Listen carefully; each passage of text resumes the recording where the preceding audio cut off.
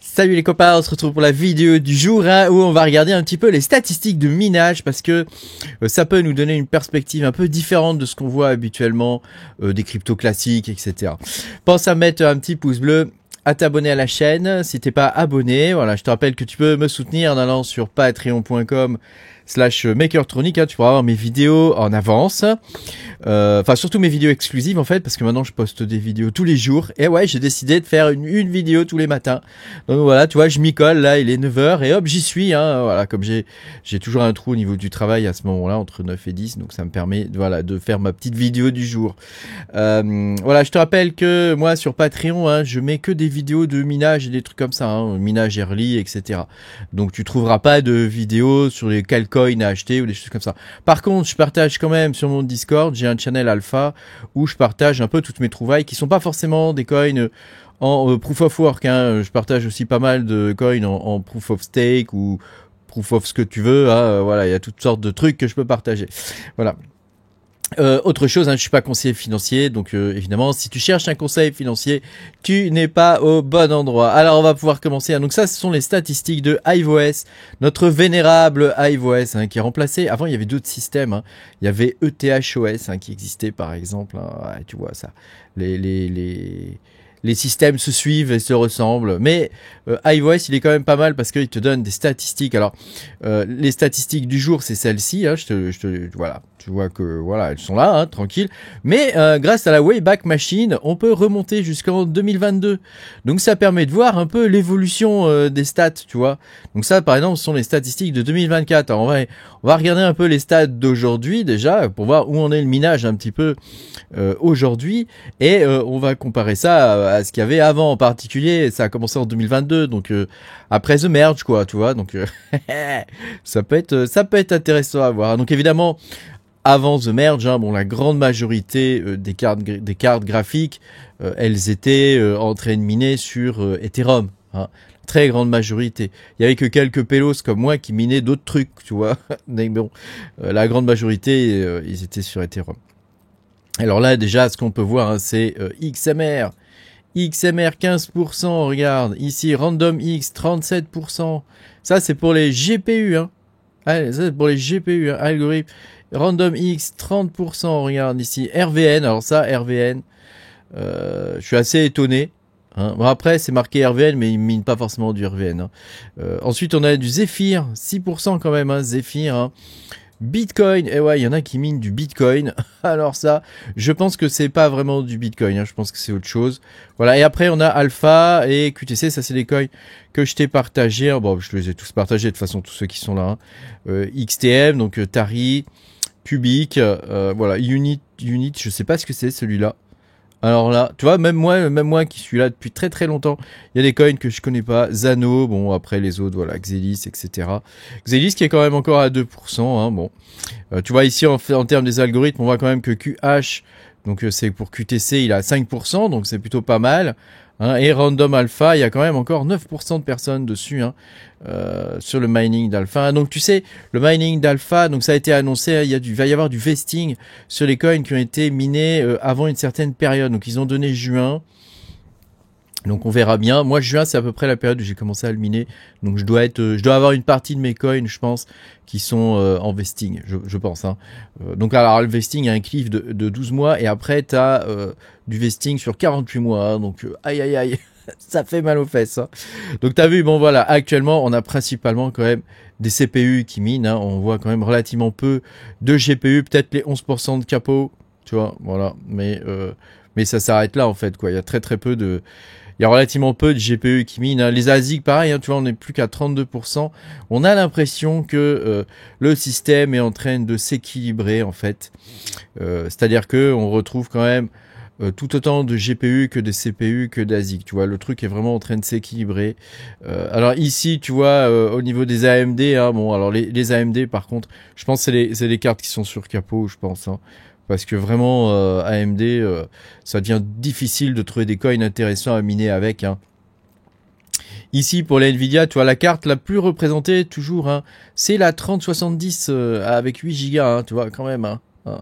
Donc ça, ce sont des fermes qui ont ça. Hein. Donc je pense qu'il y a encore des grosses fermes qui existent, hein, des grosses fermes particulières dans les pays où l'électricité est pas très chère. Je pense à la Chine, entre autres, hein, où tu peux avoir l'élec à pas trop cher, quoi. Voilà, tu sais que le prix de l'élec ici pour miner un bitcoin en Chine, c'est 50 000 $, quoi. En France, c'est 190 000 $, tu vois. Donc, nous, on a un coût qui est 4 fois supérieur de minage. Donc, tu vois, c'est tout de suite, ça change quand même pas mal la donne. Hein. Ici, bah, sans surprise, hein, tu vois que c'est XMRig qui est en premier, hein, et puis SRB Miner. Bon, après, tu vois, voilà, c'est, il y a encore quand même du Team Red Miner. Hein. Quand même, hein. Il y a encore du TRM. Mais je pense que le TRM, il doit fonctionner pas mal aussi sur le FPGA, des choses comme ça. Et je pense qu'il y a des gens qui se servent aussi du minage pour exit des liquidités qui pourraient pas sortir normalement sur leur entreprise. Tu vois, par exemple, ils font passer les coûts électriques et derrière, voilà, ils récupèrent. Voilà. Il y a encore quand même 21% de cartes AMD. Hein, donc je me demande bien tout ce qu'est-ce qu'ils minent avec. Bah, c'est du capot probablement. Hein. C'est du capot probablement. Alors, si on regarde dans le passé, en 2024, l'année dernière, c'était Zephyr. Hein. Donc on avait déjà une dominance quand même des processeurs, hein, des CPU au niveau du minage. Voilà. On avait encore Dynex, tu vois, à l'époque. Et on avait encore des gens qui minaient de la lithium. Et ouais. Depuis, il y a les ASIC. Hein. Alors, les ASIC sont passés par là. Donc, il y a un modèle qui consiste à créer un coin. Ensuite, tu le fais miner et tu fais porter la hype par les mineurs, hein, en gros, sur ton coin. Donc, ça va intéresser quand même pas mal de monde parce que tu sais, à partir du moment où il y a une grande communauté de mineurs, ça va commencer à intéresser du monde. C'est ce qui se passait avec Ethereum. Hein. Ça va commencer à intéresser du monde. Donc, les gens vont s'intéresser au projet, etc. Voilà. Et là, ils te sortent le business model des ASIC. Hein. Donc, j'avais fait une vidéo là-dessus. Hein. Évidemment, une fois que les ASIC arrivent, le coin va se péter la gueule, hein. C'est quasiment sûr à 100%. Donc voilà, on en a vu pas mal des coins naître, vivre et mourir comme ça. Hein. Donc bon, à voir ce que ça va donner. Bon, c'est assez triste à voir, à vrai dire, parce que bon, nous qui avons miné ces trucs-là au tout début, parfois, y compris avec du CPU, on est passé par toutes les phases. Bon, moi, la phase ASIC, je rentre jamais dedans, hein, clairement. Hein. Donc là, tu vois, bon, on était déjà quand même sur une dominance du mining avec des processeurs, quoi, hein, avec des processeurs. D'ailleurs, tu vois, moi dans ma ferme, j'ai principalement dans mon home lab, on va appeler ça plutôt un home lab, hein, parce que j'ai une dizaine de PC. Voilà, j'ai principalement des processeurs à miner. Hein. J'ai encore 6 ou 7 cartes graphiques au cas où. Hein, je les garde au cas où. Parce qu'il peut y avoir des coins qui se minent avec les cartes graphiques de temps en temps et ça peut être intéressant de les miner. Alors tu vois ici par exemple là on est en 2023 et alors en 2023 la situation était complètement différente. Le mining GPU fonctionnait encore bien tu vois puisque on pouvait miner du Caspa. Et oui, sniff, qu'est-ce que j'en ai miné du Caspa putain avec les cartes graphiques. Hein. C'était bien. Hein. Dommage qu'il y ait ces fichus ASIC qui sont arrivés. D'ailleurs depuis le coin il a du mal hein, depuis. Hein. Depuis qu'il est plus porté par la communauté GPU, et voilà, la communauté ASIC, c'est pas la même, hein, on a beau dire ce qu'on veut, c'est pas la même. Ici, tu vois, bah, ETC, pareil, hein, là, tu sentais qu'il y avait du GPU encore, hein, là, les GPU étaient en premier, Nexa, c'était un coin GPU, Ergo, RTM, hein, donc RTM, Raptoreum, dont on n'entend plus trop parler maintenant, hein, c'est un peu dommage. Je crois même que tu sais, il y avait un site où on pouvait stacker avec ses nodes et tout ça, je sais plus comment ça s'appelait. Il a fermé, je crois, ou il va fermer là. J'ai posté une news récemment là-dessus, il va fermer. Donc bon, c'est un peu dommage. Voilà, et là tu vois que en 2023, la situation était quand même extrêmement différente. Hein. Alors, faut dire que aujourd'hui, il y a quand même pas mal de monde qui est sur les CPU et c'est en train de devenir assez concurrentiel, malheureusement, parce que c'est vrai que toi, quand tu avais des CPU au moment donné où tout le monde était là, tu vois, bon, moi je minais quand même avec mes GPU, hein, ça n'empêchait pas. Hein. Mais voilà, c'était quand même moins concurrentiel. Bon, petit à petit, on a quand même vu la concurrence et des fermes arriver. Hein. Moi, j'ai des gens chez moi qui ont des fermes avec 600 CPU, hein, 600 7950X par exemple. Imagine ce que ça représente, quoi. Donc c'est vrai que quand t'as des gars comme ça qui arrivent pour miner, bon, c'est un peu chaud, quoi. Ils représentent plus que les 3/4 de la communauté, tu comprends. Donc c'est pas terrible, quoi. Alors regarde ici, tu vois, là t'avais quand même beaucoup plus d'ASIC aussi, hein. T'avais quand même beaucoup plus d'ASIC, hein. Ouais, c'est comme ça, hein, que veux-tu, hein. Alors, si on va en 2022, alors je pense, c'est là qu'on va se marrer le plus, hein. En 2022, alors, leurs stats étaient différentes, tu vois, puisqu'en 2022, bah, tout le monde minait de l'ETH. Et oui, et oui, et oui, tout le monde minait de l'ETH. T'as vu la progression, hein. Tout le monde minait de l'ETH, et tu vois, il y avait que 4% qui minaient du Raptorium. À l'époque, c'était le coin CPU, le coin porteur, le coin CPU. Bon, depuis, il est parti quand même pas mal à la cave, hein. Alors c'est vrai que ce modèle de stacking avec les nodes, etc., qui est copié sur Dash, hein, bah ça a quand même pas mal porté, hein. On a eu toutes sortes de coins comme ça, comme le Firo, tu sais, tous ces coins là un peu avec du stacking, hein, ça évitait ça contrait un petit peu l'émission des coins, tu vois, pour contrer un peu les mineurs, quoi. En termes de tokenomics, c'était pas mal. Et on a des coins encore qui sortent comme ça, qui performent parfois un peu, hein, sur des petits exchanges inconnus, des trucs comme ça, mais ça performe des fois un petit peu. Ça peut être intéressant de les miner pour le fun, quoi, hein, c'est principalement pour le fun.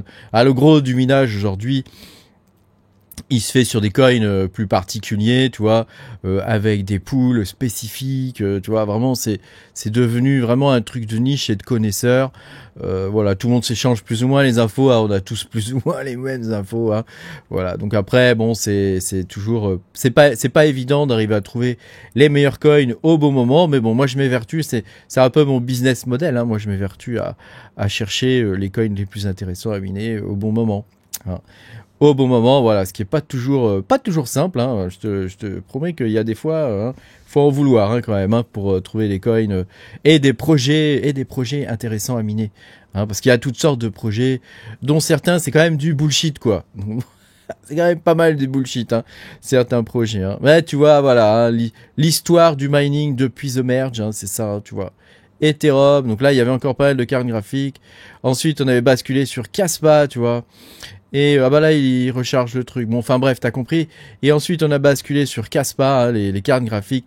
Et bah depuis que Kaspa est passé au format ASIC, hein, bah malheureusement, voilà. Hein, bon, c'était quelque chose qui était prévu depuis le départ, hein, sur Kaspa, hein, qu'il allait y avoir des ASIC, hein, un peu comme The Merge était prévu depuis le départ sur Ethereum. Mais bon, c'est toujours un peu triste, quoi. Voilà. Donc c'est vrai que le mining GPU en ce moment, c'est un peu difficile. Alors il y avait le QTC, c'est vrai que si tu l'as miné en solo, si tu as miné une QTC en solo, normalement tu as dû quand même pas mal gagner, hein. Tu as dû gagner plusieurs dizaines de milliers de dollars même, hein, je pense, hein. Par contre, c'est vrai que si tu l'as miné après en pool, etc., là c'est plus compliqué parce que évidemment dès qu'il y a les pools, bon bah ça un peu, c'est pas que c'est trop tard, mais voilà, ça permet de gagner un peu de sous, hein. Tu peux gagner 200, 300 balles. On en a fait un récemment comme ça, où le Virel, hein, où on a gagné. Moi j'ai gagné 400 ou 500 balles, je crois, en quelques jours, quoi. Donc tu vois, bon, tout n'est pas perdu, hein, tout n'est pas perdu, évidemment. Hein, voilà, il y a toujours des coins qui arrivent. Il y a pas mal de coins en ce moment qui sont en train de sortir. Donc moi je suis en train de les publier au fur et à mesure sur mon Discord. Voilà, donc bon, après voilà, à voir ce que tu veux miner et tout ça, tu vois, c'est chacun doit voir midi à sa porte, hein. Puis on sait jamais vraiment comment ça va performer, puisque aucun de ces coins n'est listé. Donc à partir du moment où un truc est pas listé, déjà est-ce qu'il va être listé un jour? Toi, c'est toujours un gros risque, hein, quand t'es mineur, hein, parce que tu dépenses quand même de l'électricité, tu vois, tu t'investis, etc. Tu t'investis en recherche, tu t'investis en partage d'informations, parce qu'il faut réseauter un peu, tu vois, faut avoir des potes avec qui échanger des coins sympas, hein. Et puis voilà, il y a toutes sortes de choses comme ça qui sont cool, hein, quand même dans le milieu du minage, hein. Merci beaucoup d'avoir regardé cette vidéo. Pense à mettre un petit pouce bleu, à t'abonner à la chaîne si t'es pas abonné, et je te dis à bientôt pour de nouvelles aventures. Salut!